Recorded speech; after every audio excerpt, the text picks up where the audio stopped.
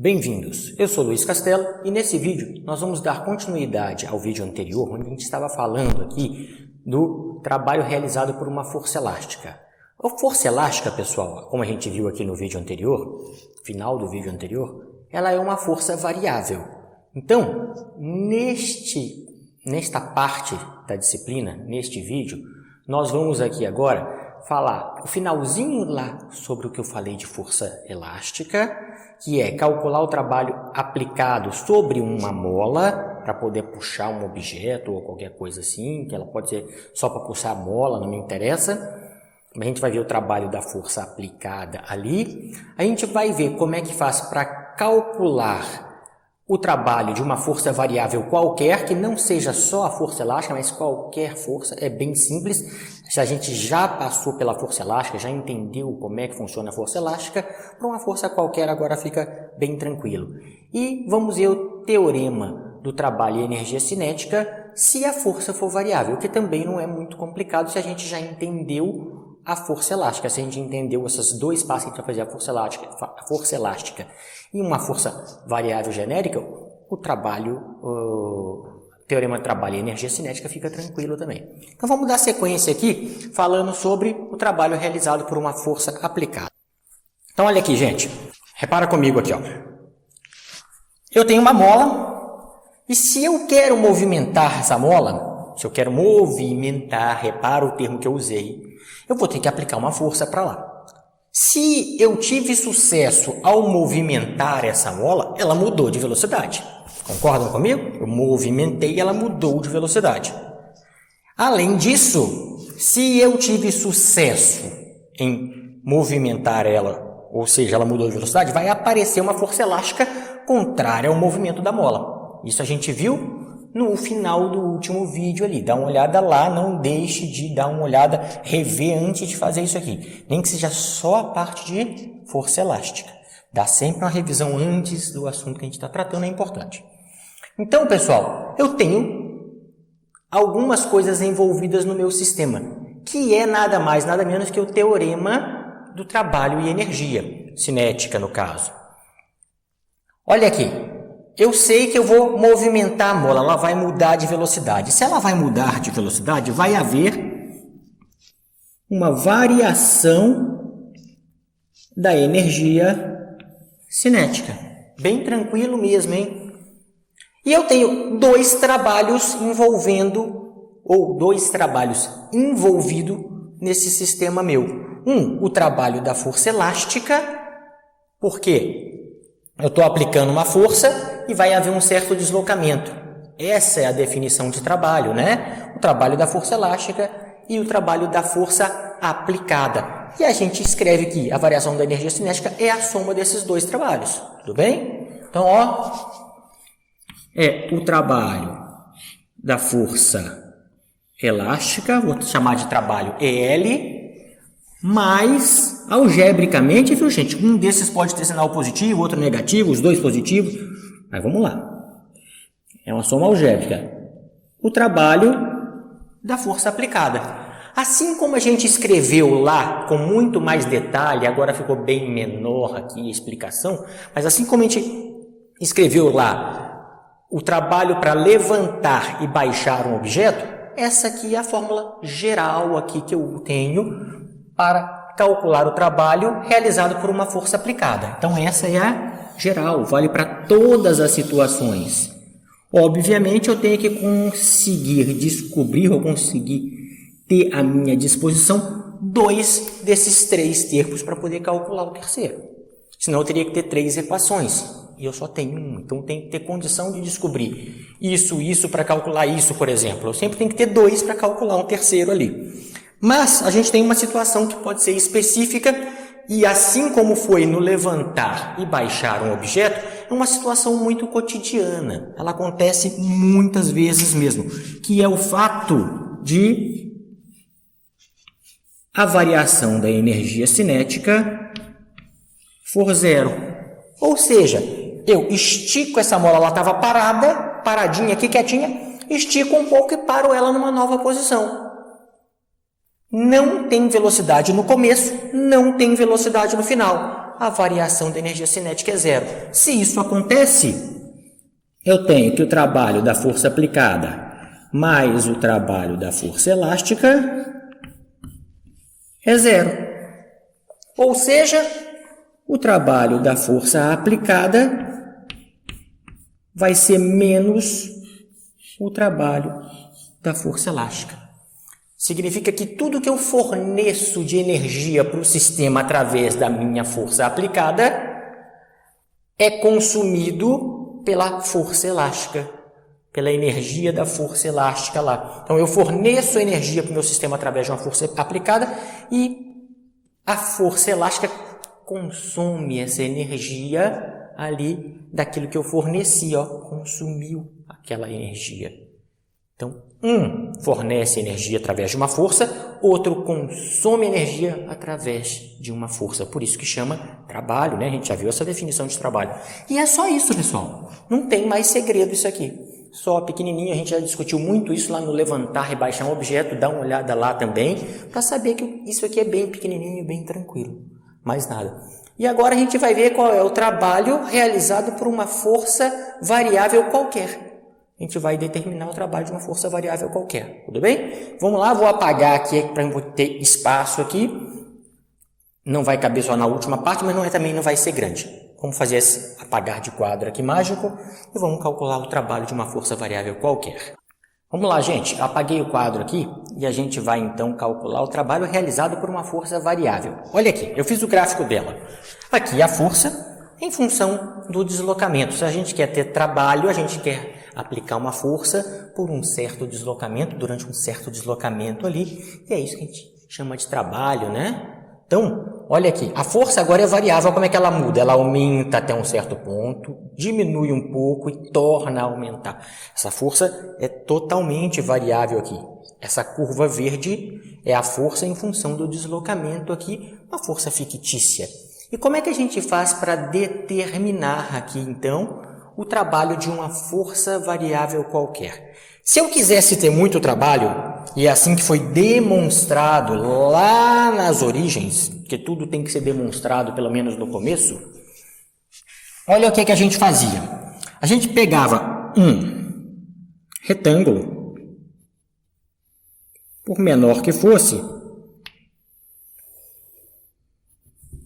até um pedaço dessa curva. Se vocês notarem, daí vai ficar longe para vocês, mas passou um pouquinho da altura da curva aqui. Então, esse retângulo aqui não está nossa, como está certinho com a curva. Não tem problema para nossos propósitos aqui, e vocês já vão ter visto isso em matemática ou vão ver isso lá nas aulas de cálculo. Aí eu pego um próximo retângulo, senhores, um próximo retângulo aqui.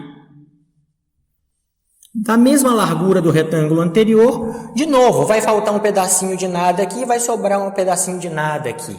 Tá? Aqui não pega nada, mas aqui também não pega nada, só que um para cima e outro para baixo.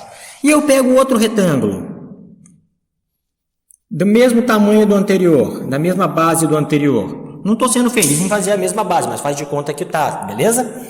E olha só, se eu calculo a área debaixo dessa curva, debaixo eu digo, entre a curva verde e o eixo das posições aqui, o eixo das distâncias, se eu calcular, daqui até aqui, esta área toda que está aqui embaixo, essa área é numericamente igual, numericamente igual ao trabalho.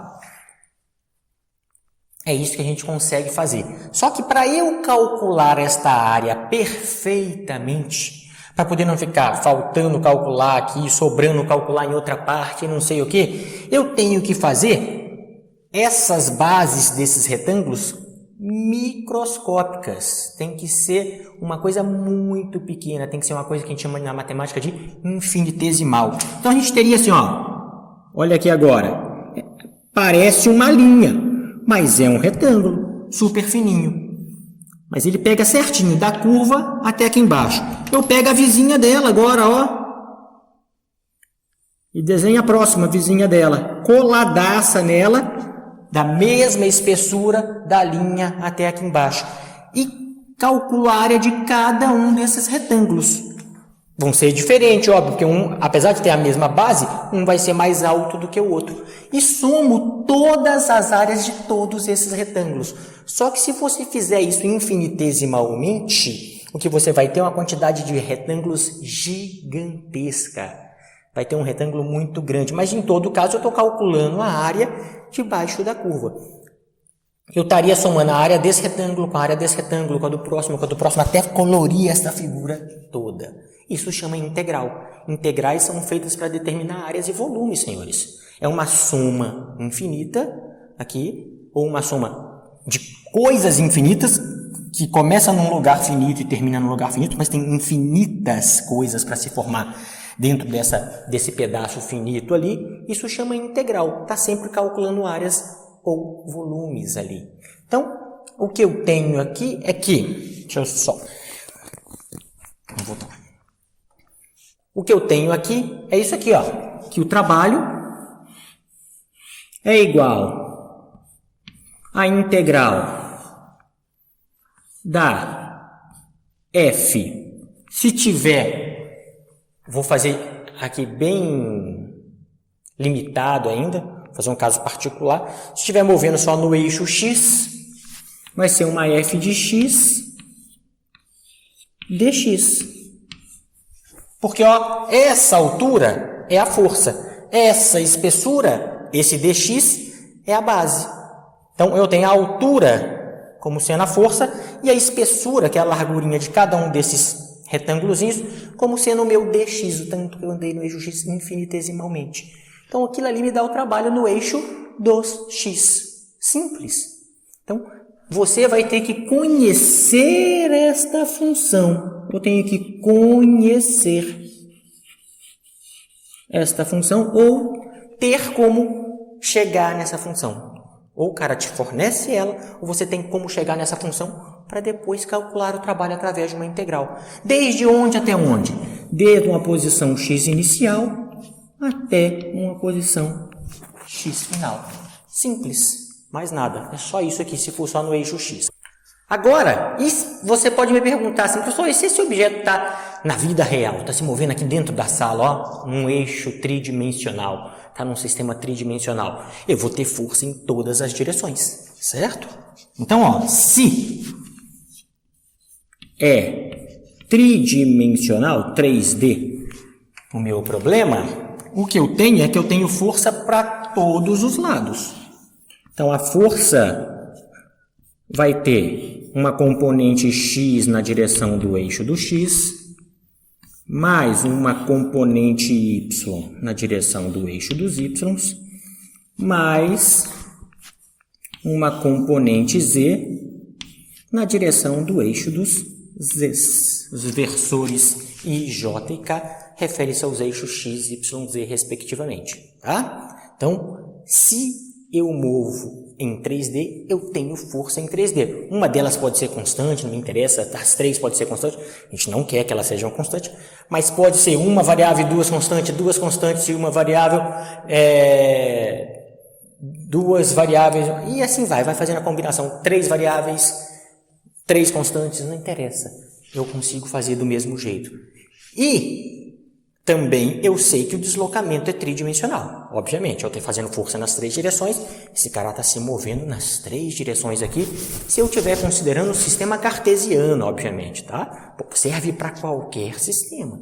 Mas a gente está estudando só o cartesiano aqui, obviamente, a missão da Física 1 não é entrar em outros sistemas de coordenadas. A gente começa o cartesiano, mas para frente vocês podem ter que dificultar isso de acordo com aquilo que vocês precisam na disciplina e na profissão de vocês, tá? Então, se isso aqui é tridimensional, o deslocamento também é tridimensional. Então, não é só x, vai aparecer ó, um dr. E como é que eu descrevo esse dr aqui? O dr, pessoal, o dr, ele é a soma aqui também de vetores nas 3 dimensões. Vai ter um dx, vai deslocar um pouquinho no eixo x, vai deslocar um pouquinho no eixo dos y e vai deslocar um pouquinho no eixo dos z. E agora, o trabalho, como é um escalar, pode ser feito separadamente. Pode ser o trabalho no eixo do x, o trabalho no eixo dos y e o trabalho no eixo dos z. Tudo separado. A gente vai anotar ali agora para ficar bem tranquilo. Vai ficar assim, ó. O infinitesimal, o dw, é igual a f escalar dr. Que na prática é só usar as componentes. Quando eu uso a componente já aparece o sinal, já vai ter feito aquela multiplicação de seno e cosseno, na verdade só de cosseno, porque o produto é escalar. Então quando eu escrever aqui a parte de componentes, já foi determinado o sinal das componentes f de x, f de y, f de z, através dos cossenos lá, gente. Então, ó, isso aqui é igual a fx dx. Não, cadê o cosseno? De novo, já está aqui dentro. Já determinou o sinal, já foi multiplicado. Foi a componente f de x, tá? Mas a mesma coisa para cá. Está aqui dentro o cosseno já. E a mesma coisa para cá. Só para a gente poupar um pouco de espaço aqui, mas é isso aí. Então, é aquilo ali.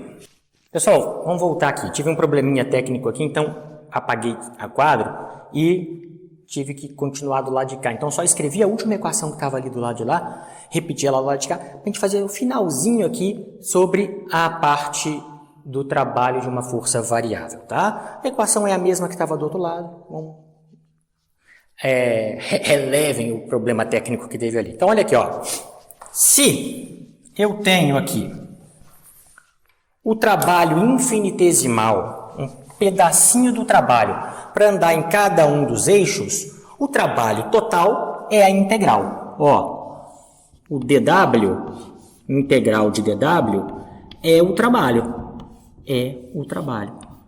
E a integral da soma é igual à soma das integrais. Então, isso aqui é igual à integral da f de x dx, desde um x inicial até um x final, mais a integral da f de y dy, desde um y inicial até um y final, mais a integral da f de z dz, desde um z inicial até um z final.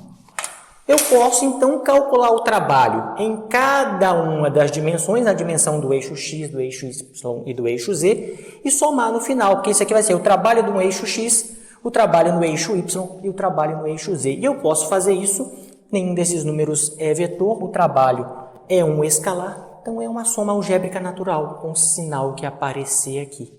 Pessoal, quando eu tenho um trabalho de uma força constante, era só fazer isso. O trabalho é o produto escalar entre a força e o deslocamento, que é um caso particular desse aqui. Se a força for constante, ele só vem aqui para fora as forças, para fora da integral. Então vai ficar força vezes o deslocamento que é x, força vezes o deslocamento que daria y e força vezes o deslocamento que daria z. E pronto, é um caso particular. Mas agora a gente botou de forma que vale para tudo. Isso aqui vale para acelerações constantes ou vale para acelerações variáveis, para forças variáveis. E é isso aqui que a gente tinha que mostrar para vocês a respeito de um trabalho realizado por uma força variável, certo?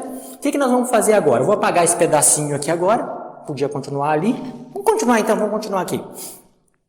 E vai calcular o trabalho e a energia cinética, ou seja, o teorema do trabalho e energia cinética para uma força variável agora.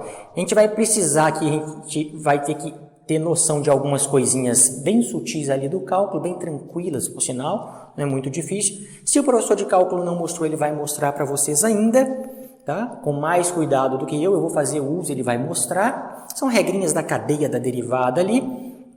E a gente talvez ande sempre um pouquinho à frente do professor de cálculo por causa do formato que foi montado a grade de vocês aqui na nossa faculdade, aqui no nosso instituto. Vamos lá, vamos calcular o teorema do trabalho e energia cinética. De novo, só que agora para a força variável. Então, teorema do trabalho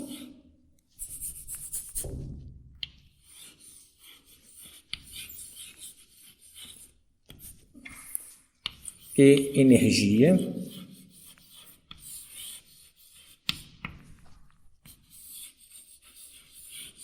cinética. Tá aqui. Vamos ver como é que isso aqui funciona, hein? Vamos lá. Vou fazer em um eixo só. Serve para qualquer eixo, eu vou fazer em um eixo só para poder simplificar aqui a demonstração. Mas serve para 3D do jeito que vocês quiserem. Olha aqui. Eu sei que trabalho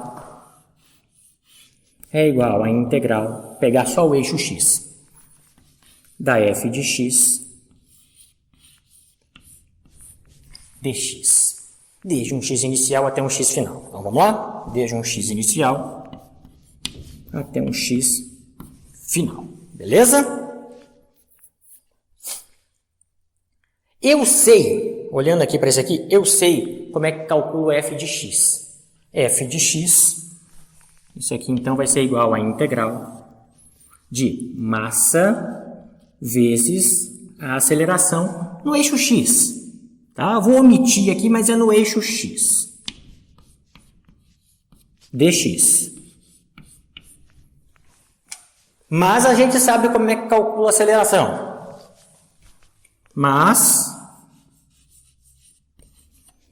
a aceleração é igual a dv dt. Aceleração é dv dt. Vamos trocar ali. Essa demonstração é um pouquinho mais abstrata, mas tenta seguir, tenta ver os passos que a gente fez. Isso aqui a gente não pode esquecer, é lá do começo do curso, é lá no primeiro capítulo do curso que a gente fez, lá no primeiro vídeo, entendeu? A gente não pode esquecer essas coisas, a gente vai carregar isso para sempre. Desde uma posição inicial até uma posição final, de massa vezes a aceleração. Vamos escrever na mesma cor que eu escrevi ali? dv dt dx. Tá aqui.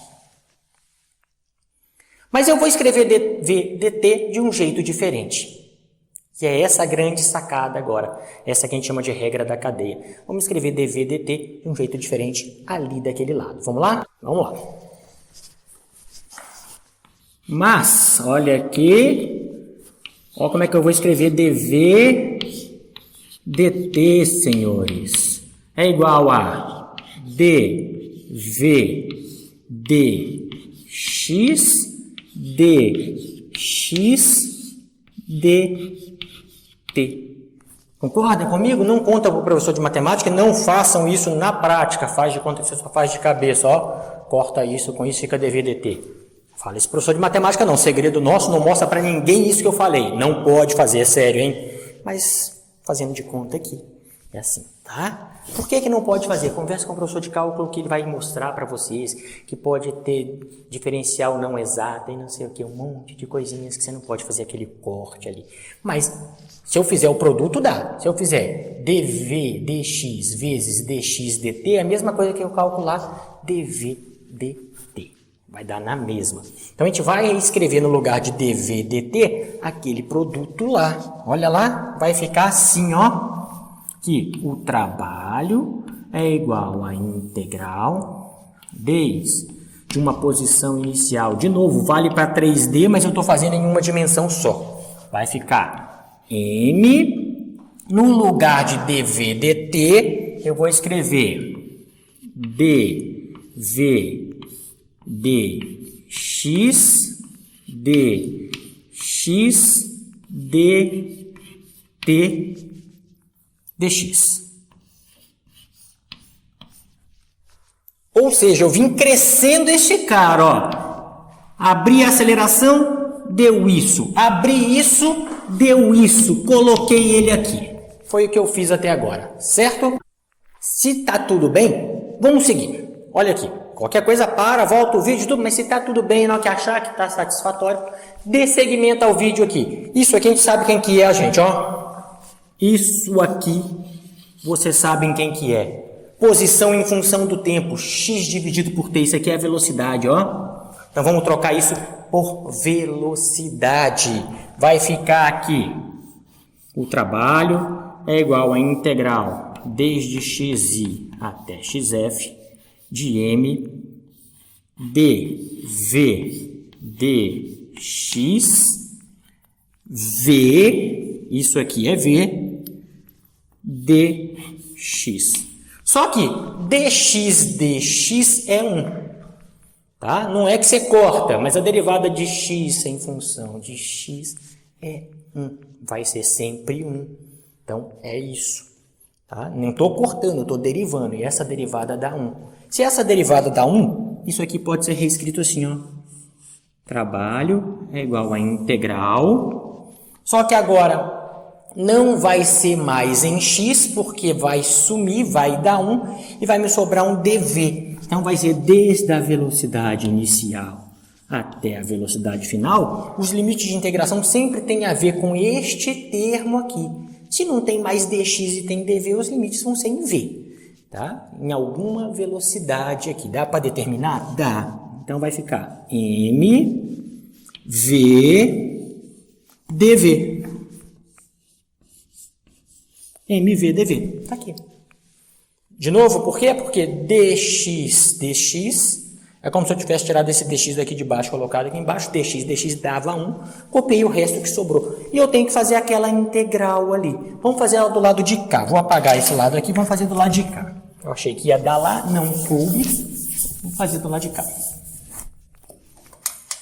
Resolvendo aquela integral, senhores, vai ficar assim, ó, que o trabalho é igual.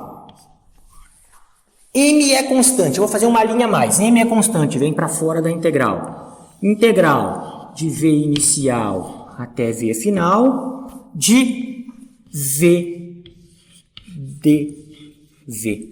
É uma integral de polinômio. Integral de polinômio, soma 1 ao número que já está aqui e divide por quanto deu. Aqui tem 1.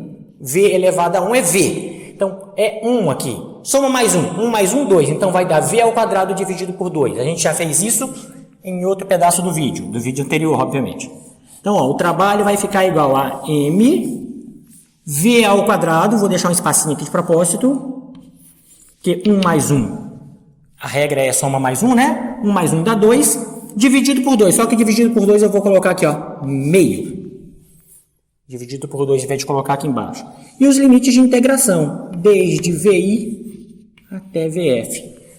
E agora é só substituir o limite de integração. Coloca VF no lugar de V, menos VI no lugar do V. Assim, gente, ó. Organizando mais ainda. Meio de M. E aqui agora, coloca VF no lugar do V. V final ao quadrado, menos V inicial ao quadrado. A regra é essa. De cima menos o de baixo. Se o de baixo der negativo, faz jogo de sinal, mas é sempre essa a regra.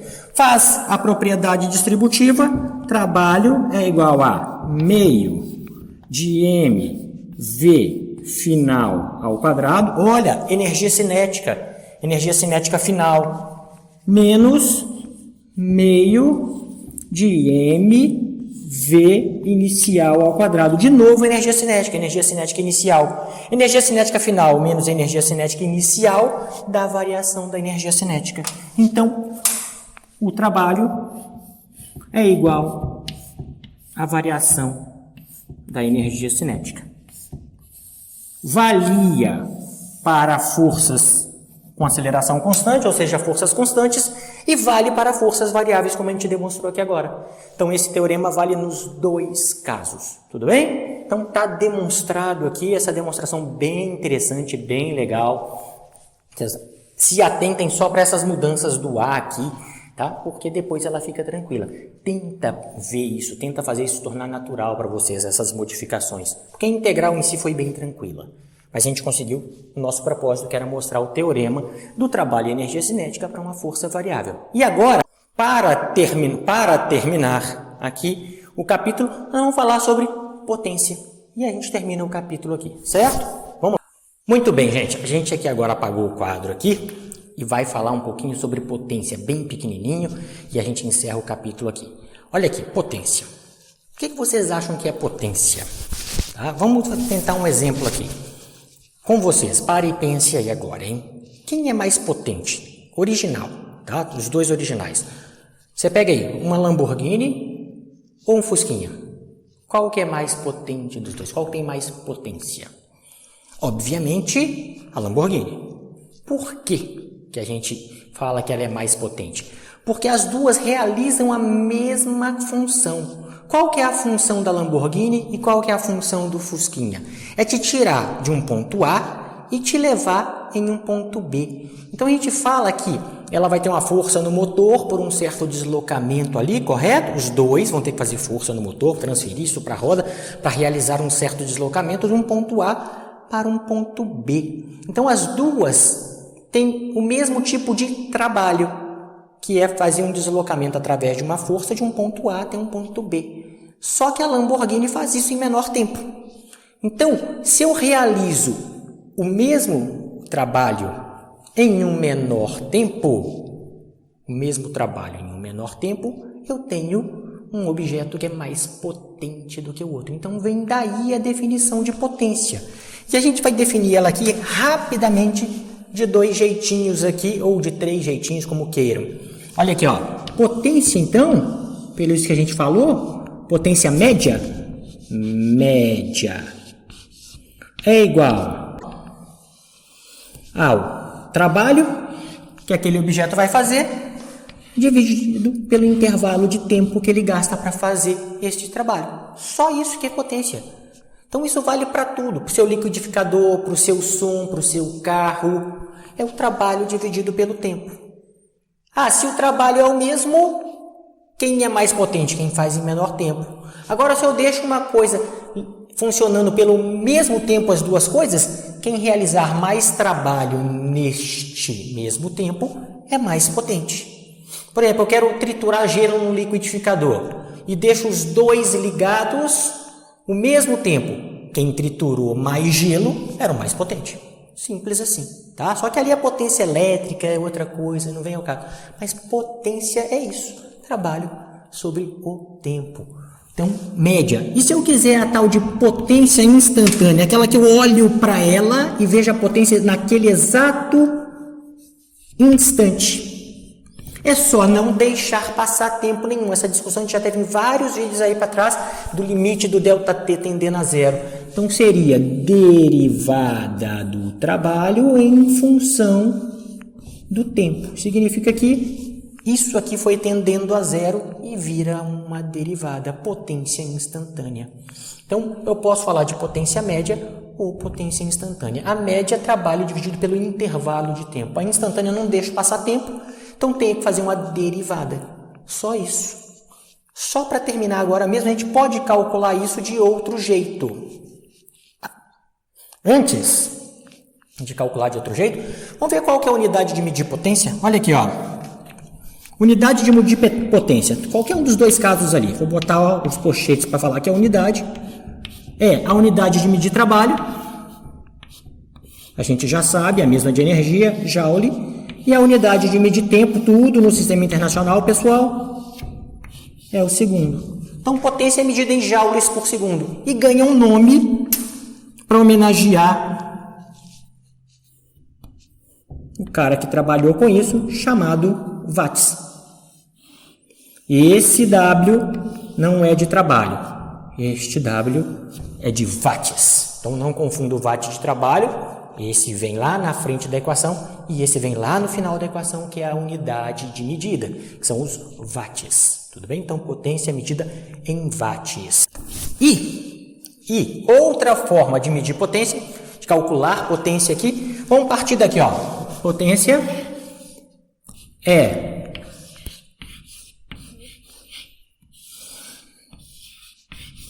dWdt. Só que eu sei calcular W. Eu sei calcular trabalho. Trabalho é força vezes o deslocamento vezes o cosseno do ângulo. Vamos supor que a força seja constante que está agindo aqui para a gente. Supondo uma força constante, eu chego a isso aqui. Potência é igual a força vezes dx, porque é um dw, um w infinitesimal. Ele vai percorrer uma distância infinitesimal. Força vezes o deslocamento no eixo x aqui para mim. Vezes o cosseno de θ. Isso aqui, dt. dt. Então, pessoal, eu já sei, ó, botei embaixo um outro certinho aqui, ó. Eu já sei o que é isso. Distância sobre tempo é velocidade. Ó, potência é igual a F V cosseno de θ. Opa! Módulo da força, módulo da velocidade, cosseno de um ângulo. O que é isso? A gente já está cansado de ver, está careca de ver isso aqui? Produto escalar. Então, potência é um escalar. Potência é um escalar dado pelo produto escalar entre a força, que é um vetor, a gente sabe que força é um vetor, velocidade é um vetor. Então, faz o produto escalar entre a força e a velocidade e eu acho a tal potência. Válido, repito aqui, para trabalho de uma força constante, tá aqui. Isso não é válido para um trabalho de força variável, beleza? Agora, a gente terminou aqui o nosso capítulo a respeito de trabalho e energia cinética, que envolveu um pouco mais do que trabalho e energia cinética. Foi o nome dado pelo Halliday, como eu falei no vídeo anterior. Gente, então, a gente termina aqui esse capítulo e o próximo capítulo nós vamos falar de energia potencial. Tudo bem? Então, até o próximo vídeo.